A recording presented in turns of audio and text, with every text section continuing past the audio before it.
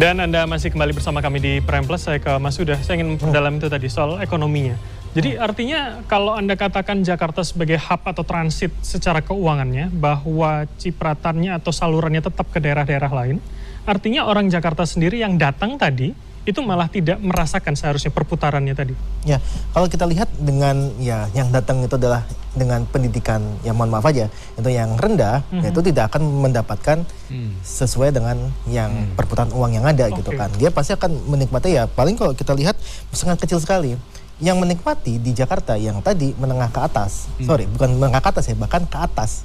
Bahkan kelas menengah pun tidak? Kelas menengah tidak. Kalau kita lihat datanya itu kelas menengah itu dia distribusi pendapatannya dia cuma 32% turun dari dibandingkan tahun 2019. Nah kemudian di kelas atas 20% atas itu dia naik.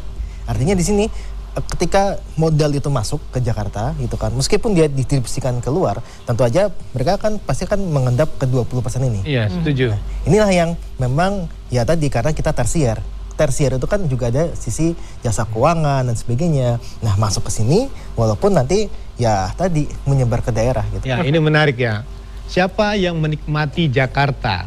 20% penduduknya. Sisanya itu tidak menikmati. Banyak pendatang, mohon maaf, sulit untuk sejahtera. Karena udah kenikmatan periuknya itu sudah dinikmati oleh kelompok yang 20% itu tadi. Jadi dalam konteks yang ada tanda bintangnya, syarat dan ketentuan berlaku. Bukannya mereka mau menutup diri, karena memang itu butuh keterampilan khusus, butuh persyaratan-persyaratan khusus. Artinya bukan di gatekeep, tapi hanya masuknya. Hanya masuknya memang tidak.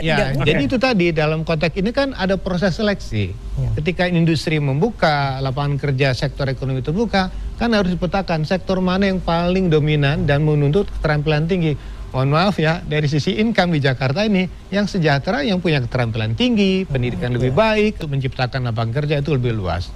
Dukungan energinya kuat, stabilitasnya juga kuat. Kalau di daerah belum tentu bisa mendukung itu. Jadi makanya semakin konsentrasi di kota ini. Cuman menjadi tantangan, harusnya terinformasilah ke daerah-daerah. Kalau Anda mau masuk Jakarta, Anda harus punya. Nah kedua, pimpinan daerahnya jangan biarkan warga Anda terlantar di Jakarta. Nah, memang ada semacam ignorance, ada kesengajaan. Jadi ketika angka kemiskinan dia berkurang, karena sebenarnya bukan ini jadi sejahtera, tapi pindahnya ke kota.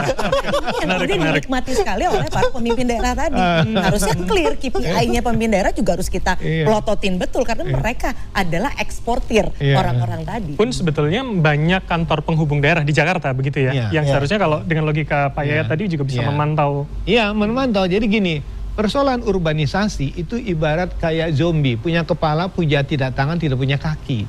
Penduduk terbiarkan kemana-mana, nggak ada yang memfasilitasi. Dulu kita punya Kementerian Kependudukan dan Kependudukan, ada yang mengatur. Jadi sekolah. Jadi gini, skema kependudukan, misalnya contoh, pada daerah yang populasi padat, sebetulnya kepala daerah punya visi apa? Nah kita dulu ingat, Jakarta punya MOU dengan daerah-daerah kerja. Ada 7 MOU terkait persoalan migrasi penduduk. Misalnya contoh, dengan NTT dan NTB. Jangan kirim orang, cukup kirim sapinya, produknya kemari. Jakarta berinvestasi di daerah. Jadi polanya begitu, ke Sukabumi, ke Cianjur, bangun agroindustri di sana.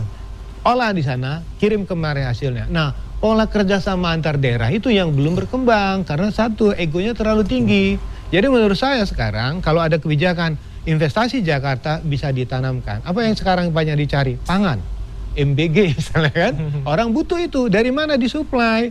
Jadi skema kerjasama antar wilayah ini yang dikirim adalah produknya. Yang terjadi di daerah apa? Petik jual, nggak ada kata olah.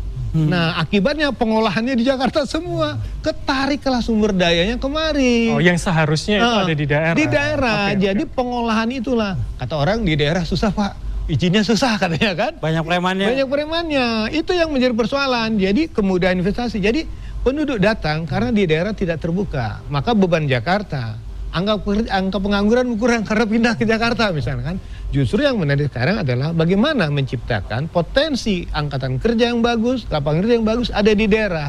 Nanti kolaborasi dengan Jakarta, ada link yang bisa dikembangkan. Itu menarik loh. Jarang dipikirkan seperti itu. Oke, Kang Asep, tanggapan Anda. Jadi sebenarnya sepanjang perjalanan Jakarta hampir 500 tahun, sebenarnya kita sudah pernah apa saja yang dilakukan untuk menyelesaikan masalah pendudukan, tadi soal kelas yang berbeda, dan ternyata tidak semua orang Jakarta menikmati Jakarta. Ya, sebenarnya hampir setiap gubernur punya kebijakan-kebijakan yang tersendiri yang berbeda-beda ya. Ada yang melarang, ada yang mungkin yang terakhir Pak Pramono kemudian memberikan keleluasaan bagi para pendatang gitu. Saya kira memang Jakarta yang paling masif urbanisasi itu terutama setelah Republik ini berdiri ya, karena membutuhkan para pekerja untuk terutama di level kementerian, sehingga memang saat itu Jakarta lebih banyak cenderung para pendatangnya ya ketimbang warga aslinya, sehingga di era itu kemudian juga terjadi yang namanya para penghuni yang di pusat itu ke pinggir ya gitu. Sama kayak saya juga, saya tadinya di Ben Hill gitu ya, tapi rumahnya kecil, saya jual larinya ke pinggir ya, ke Lenteng Agung gitu. Tapi masih Jakarta Selatan gitu ya. Harga rumahnya lebih masuk akal ketimbang harga rumah di kawasan itu gitu. Nah, seperti itulah saya kira penyebaran yang terjadi ya. Jakarta tuh kalau lihat petanya dari masa kolonial sampai sekarang itu dari yang hijau sampai yang merah itu terlihat penyebarannya sampai ke pinggir, dan memang di zaman Ali Sadikin itu terjadi caplok mencaplok wilayah gitu ya. Antar apa ini? Antar daerah. Jadi banyak warga yang di pinggiran Jakarta ingin masuk Jakarta, jadi masukin Jakarta. Itu tanya Pak Yayat pasti lebih tahu tuh ya. Jadi zaman Ali Sadikin itu daerah Pondok Cabe, daerah mana itu mereka itu sebenarnya masuknya Tangerang gitu, tapi mereka pengen masuk Jakarta. Jadi akhirnya batasnya dimajukan, jadi saya masuk Jakarta gitu. Oke, menarik. Itu terjadi gitu. Baik. Waktu kita tidak banyak lagi Bapak dan Ibu sekalian. Ini artinya sudah masuk closing statement. Saya akan minta dari Mas Huda terlebih dahulu. Apa yang bisa kita lakukan agar Jakarta ya tidak hanya menunggu waktu saja nanti? Ya, yang pasti adalah Jakarta, walaupun bagaimana tadi masalah yang selalu kita sampaikan ya terkait dengan tenaga kerja dan sebagainya, merupakan tempat impian. Nah, maka dari itu memang ya ini juga harus diselesaikan juga terkait dengan pembangunan yang menurut saya pembangunan tata kelola kota maupun ekonominya itu berlandaskan pada manusia dan juga kalau kita lihat lingkungan itu juga harusnya juga masuk ke sana gitu.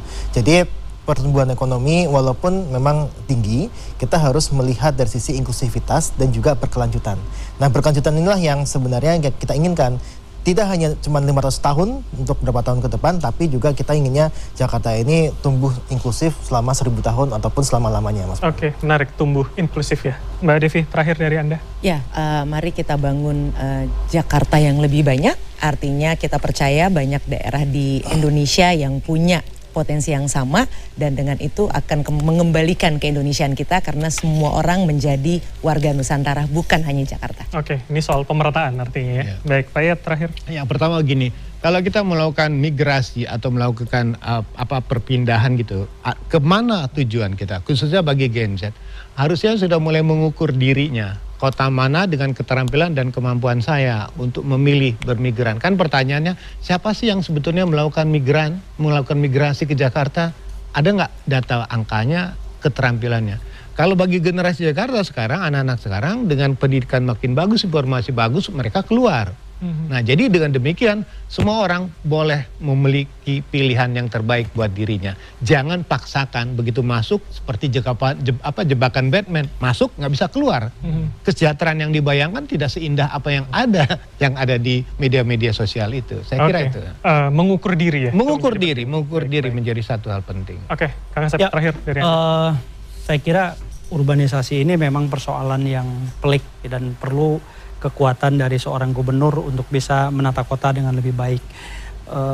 Saya sepakat dengan Gubernur Pramono Anung bahwa Jakarta terbuka bagi masyarakat, dan saya berharap bahwa para pendatang itu jangan dianggap beban gitu ya, tapi mereka justru adalah engine ya, mereka mesin yang membakar peradaban Jakarta sehingga Jakarta bisa lebih maju. Dan satu hal, kalau Anda jadi warga Jakarta, jadilah warga Jakarta yang betul-betul mengenali sejarah dan budayanya gitu ya. Karena dulu ada sejarah orang Jakarta itu buang sampah ke belakang rumah, bukan ke sungai. Kenapa? Karena dulu rumah-rumah di Jakarta itu menghadap sungai. Ya, kosmologisnya itu kosmologis agrikultur gitu ya. Jadi agraris, mereka rumahnya menghadap ke sungai dan sampahnya dibuang ke belakang rumah. Di belakang rumah mereka gali, mereka bakar, selesai gitu ya. Dan memang sampah plastik tidak seperti sekarang. Nah, jadilah warga Jakarta yang paham sejarah dan budaya supaya mereka punya akar.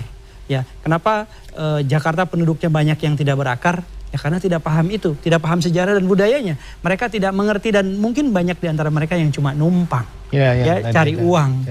Sehingga mereka bisa bilang, kok sampahnya kalau di kota tua nih, karena saya sering kota tua, kok banyak sampah ini abis nongkrong ditinggalin, ya kan ada yang bersihin, biarin aja. Ada petugasnya.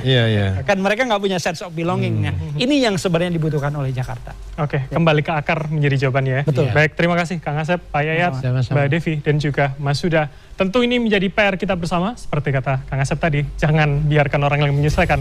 Kita yang harus menyelesaikan masalahnya, mulai dari lingkungan terkecil terlebih dahulu. Kami masih akan kembali di hari dan jam yang sama di minggu depan. Saya Bram Herlambang pamit, terima kasih. Sampai jumpa.